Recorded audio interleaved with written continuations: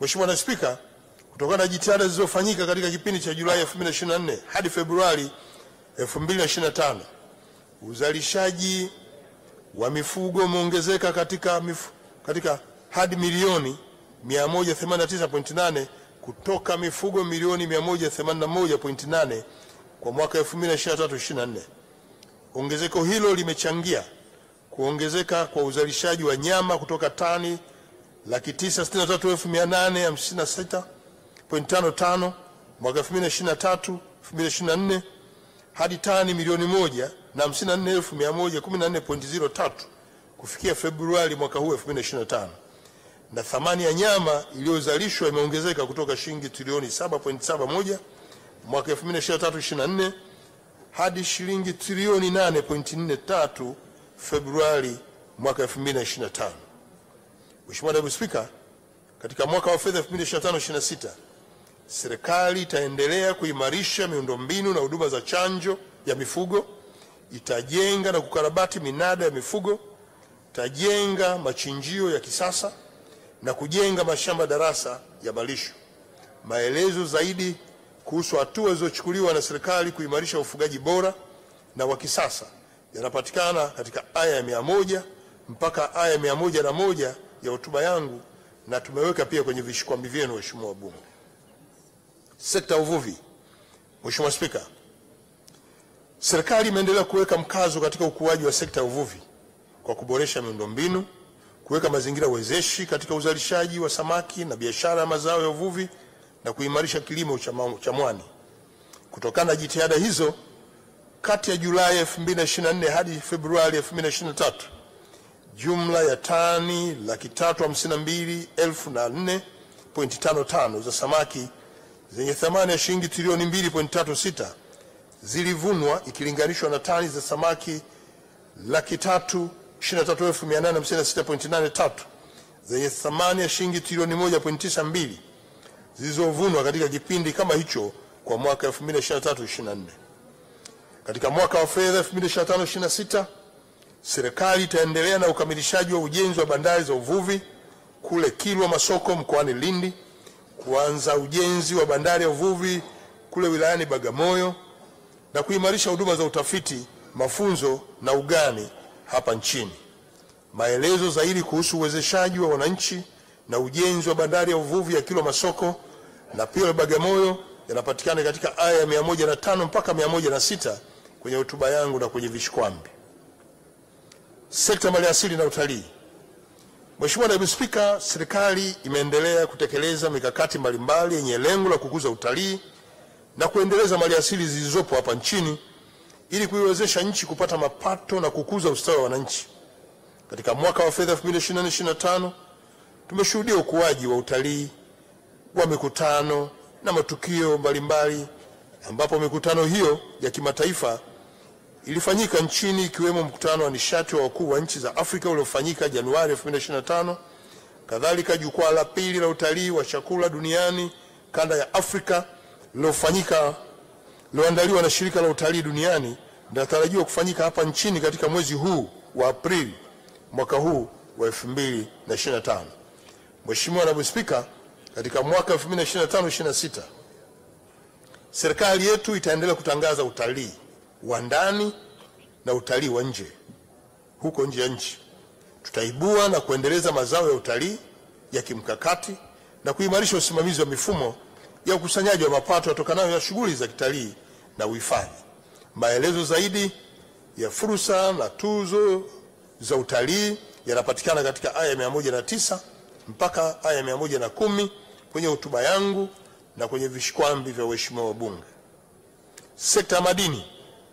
Mheshimiwa Naibu Spika, sekta ya madini imeendelea kukua na imeendelea kuimarika kutokana na mikakati mbalimbali inayotekelezwa ambayo imechagiza kuongezeka kwa uzalishaji wa madini na kuongeza pato la taifa letu. Mikakati hiyo ni pamoja na ugunduzi wa maeneo mapya ya uchimbaji, kuendeleza madini muhimu ya kimkakati, lakini pia tunahamasisha uwekezaji, uanzishaji minada na maono ya madini ya vito, uongezaji thamani ya madini, kuwaendeleza wachimbaji wadogo na kusogeza huduma za ugani kwa wachimbaji wadogo na kuimarisha ukusanyaji wa maduhuli. Kwenye eneo hili, maelezo kuhusu leseni za wachimbaji na madini, mapato yaliyokusanywa na utoaji hati kwa wachimbaji wadogo yanapatikana katika aya 112 hadi 115 za hotuba yangu na iliyoko kwenye vishikwambi vyenu. Sekta nishati, umeme. Mheshimiwa Naibu Spika, serikali imeendelea kuhakikisha nchi imekuwa na umeme wa uhakika na unaokidhi mahitaji na shughuli za kiuchumi na kijamii.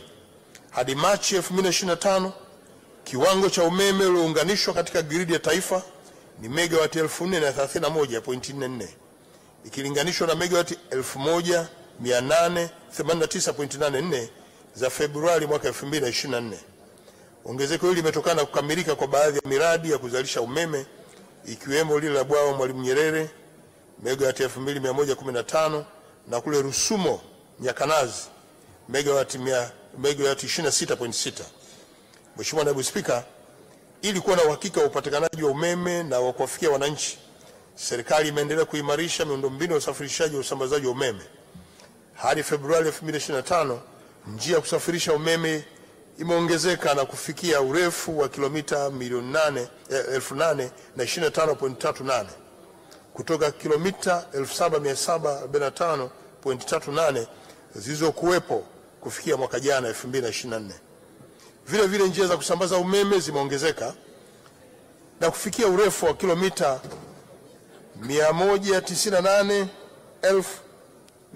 198,215.17 kilinganishwa na kilomita 176,334.14 ambazo zilikuwepo.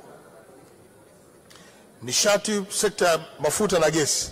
Mheshimiwa Naibu Spika, serikali iliendelea na utekelezaji wa shughuli za utafutaji, uendelezaji, uzalishaji na usambazaji wa bidhaa za mafuta na gesi asilia, ambapo hadi kufikia mwezi Februari 2025 wastani wa kiasi cha gesi asilia kilichozalishwa nchini kilikuwa futi za ujazo milioni 177.18 kwa siku.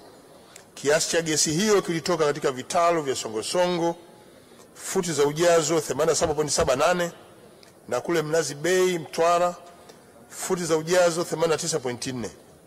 Aidha, kasi ya ujenzi wa vituo vya kutolea huduma za gesi asilia unaendelea, unatarajiwa pia kuchochea zaidi matumizi ya gesi asilia hapa nchini.